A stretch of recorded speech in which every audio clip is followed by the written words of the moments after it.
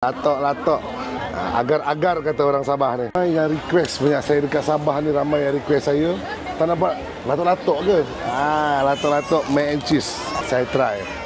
Kita boleh try punya, benda boleh adjust punya. Kita nak bagi orang-orang rasa kita buat topping ikut selera negeri. Kita kan musim Malaysia. Kita kan satu Malaysia.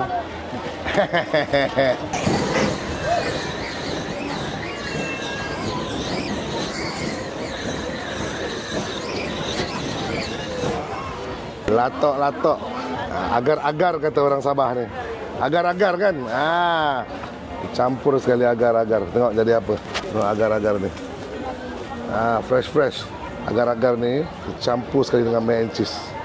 Ni atas permintaan So kami cuba tunaikan.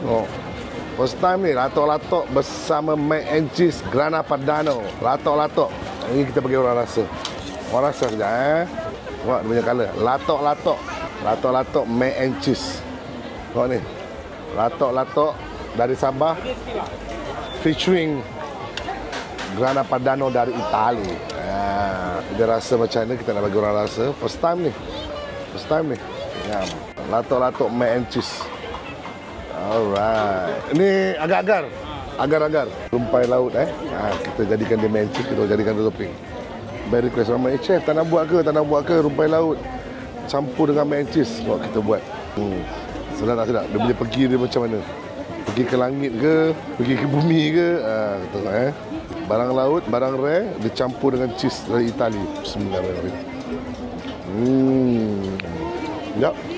Memang siapa nak request, siapa nak disanakan di Sabah, kami ada mac and cheese rumpai laut. Nampak ni? Macam kat laut lah. Sedap. Dia campur creamy lagi.